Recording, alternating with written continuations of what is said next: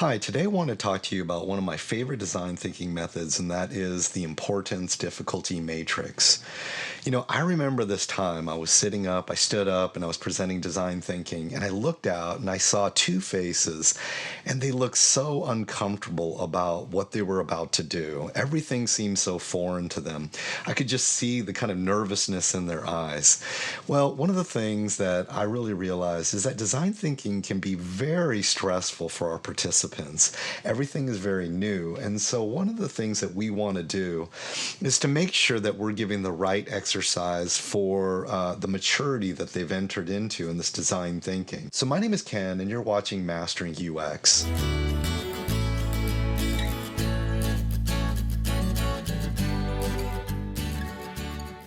So I remember the first time that I saw my colleague, and she was standing up, and she was about to do this importance difficulty matrix.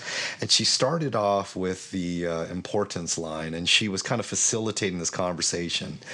And I was just so impressed by how engaged the audience was. This was the highlight of the design thinking time. And one of the things that I think that engaged the audience is that this is something that feels very familiar. I think the business is very accustomed to thinking how valuable is something, how important is something, and they're also very accustomed with the idea of gauging how difficult something is to do. So if I compare this to doing a concept poster or doing a prototype, I feel the importance difficulty matrix is much more approachable. It's something that will give something that's very practical to walk away from. So what is an importance difficulty matrix? Well, essentially you got two axes. You got a x-axis and you got a y-axis, and over on that x-axis, this is really the beginning. You're going to want to have your audience kind of engage in a discussion on what are the least and most important items. And then over on the y-axis, there's going to be the difficulty, and this is going to form these different kind of criterias or different quadrants that are going to tell you what kind of prioritization these different features should have. And those four items are going to be, there's ones that are low ROI, those are going to be in the top left. There's things that are strategic, and those are in the top right. These are ones that are difficult to do, but they're also very strategic. There's ones that are easy wins, and they're easy to do, and they also don't provide a whole lot of value. And then there's things that are high ROI. These tend to be very rare and far and few between. And sometimes you may find that you won't get any kind of features that land in this category of the high ROI status.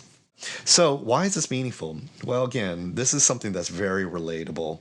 And I would actually encourage you, because this is the relatable part of the project, let your audience know, even from the very beginning of your design thinking workshop, that we're going to culminate in this kind of matrix and quadrant that is something that's going to basically become a precursor to a roadmap for your very project. They're going to know that this is something that's going to be very practical. This is going to work towards a roadmap, which they already need in their business. And they're going to find that this is something that is not as intimidating as breaking out crayons or scissors to do a prototype. So again, something that's very good for beginners, but at the same time, I feel that it's very meaningful, and that the takeaways that you get out of this are very important, and it's something that I think anyone should do. So I give you a personal story. I can tell you that there's many times it's hard for me to sit down and merely think about what is the most valuable thing, either in this project or in a certain aspect of my personal life. A lot of times we just don't spend a lot of time thinking about what is most valuable. But getting your audience together and spending time to be very focused, dead focused on what is most important is a very good exercise. So let's go ahead and walk you through a sample exercise. I'm a Fuji camera user, and I have an application. And if you look on the App Store, both on the Apple Store and the Android Store, I believe it has a big 1.4 stars out of 5. And I think the reason why it is scored so lowly is it's just terrible at doing the basics. This application is really meant to do only, I think 3 major things, and it's got live shooting. It's also got sort of a trigger when you want to trigger off your camera or your video, kind of trigger, and basically not have to hit the click button. And then the third thing is allowing this kind of importing of images, but it doesn't allow you to do anything sophisticated like sharing. So let's say Fuji, they really want to get those ratings up. They realize that they've got to spend more time on this application. Well, they're going to want to have some kind of roadmap. What are the features they want to work on the most? And so what you're going to want to do is you're going to want to sit your audience down, or they can be standing. But you're going to want to focus in on that x-axis and really be dead focused on what is the most important things. And so let's say you have a design thinking workshop and you have the double diamond. And so the double diamond starts out with you're trying to diverge. I mean, you're trying to generate kind of problems, or you're trying to discover kind of areas that are problems. And you do this by doing, say, for example, an empathy map. And then you generate a lot of different kind of views and things about how this user thinks and feels. And out of those problems, then you want to kind of take those and sort of converge these ideas, build some understanding, narrow these things down. And so you start to converge with an exercise of doing some how might we statements on some key theme areas. Maybe you voted on what are the most important problems. And then you're going to do a creative matrix. And that's going to be to generate solutions for the problems that, or the how might we statements you did. And so now you want to conclude this design thinking workshop. And again, you could do it with something like a prototype. But I think a very good way to conclude this is to do this importance difficulty matrix. Again, it's going to form some kind of practical roadmap for the product team. And so you might collect these kind of features and sticky notes, and you gather them up. And these are the ones that have been generated out of your creative matrix. And one of the things, let's say, it's a new icon. And so a new icon, you kind of have facilitate a conversation, and you say, so this is a new icon. How do you feel? Do you feel that this is kind of a 5 in terms of importance? Do you feel like it deserves to be in the middle or some high or low? And somebody says, I think this is a middle importance, and you kind of put that in the middle of your axis. And then you have another one, and you say, how about edit movies? And they say, well, that's about in the middle. And then there's a conversation that kind of comes up, and they realize, well, if edit movies is a 5, well, then I would definitely put new icons down to a 1. And so by seeing things relative to one another, you're able to kind of get some perspective on things. And then you have another one that says reduce disconnects, and they're going, oh, that's a 10. Okay, everyone is on board with that.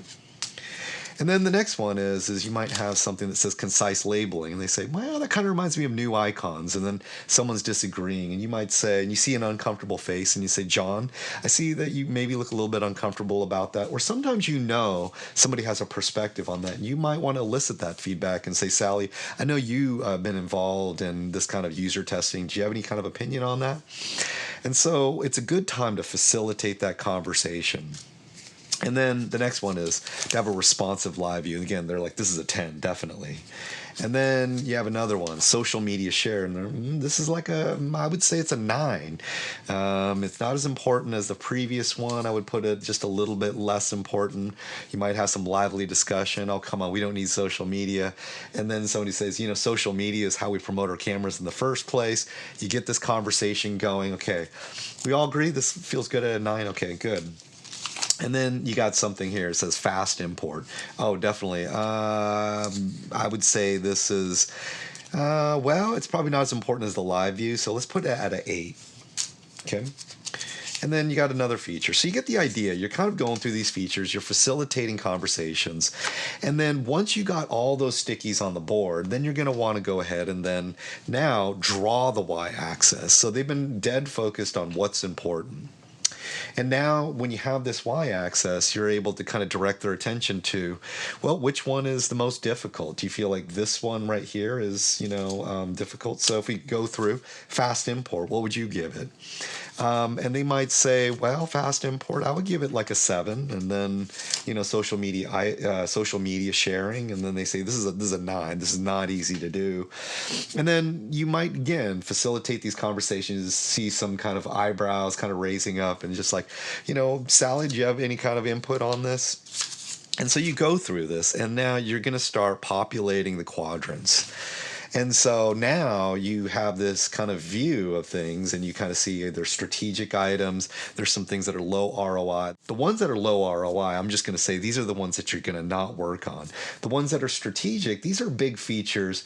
And I would say that you may work on these things despite the fact that you have ones that are high ROI, because these strategic ones tend to be the features that really will separate you from your competition.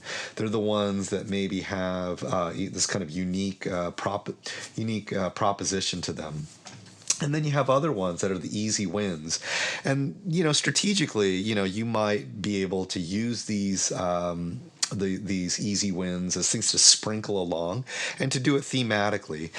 There are some people that will advocate that you should do these kind of quadrants, like this quadrant first, and I would say that's not necessarily the case. Sometimes you want to do a combination, and you're always going to be packaging up themes, releases in themes and things that really kind of make sense together. So in conclusion, I just really want to say the importance difficulty matrix, it's a really great way to end your project. It's a really good way to come up with an exercise that you already know that the business is going to feel very comfortable with. And I would say when you're doing this, you're really going to want to do this in a way that facilitates conversation. And don't be afraid to challenge your audience and call out on some people, because you realize some people are subject matter experts in particular areas. So again, I just want to challenge you, go ahead and give it a try on your next design thinking workshop if you think it makes sense. Hope you enjoyed this episode. If you do, then please like and subscribe. Thanks.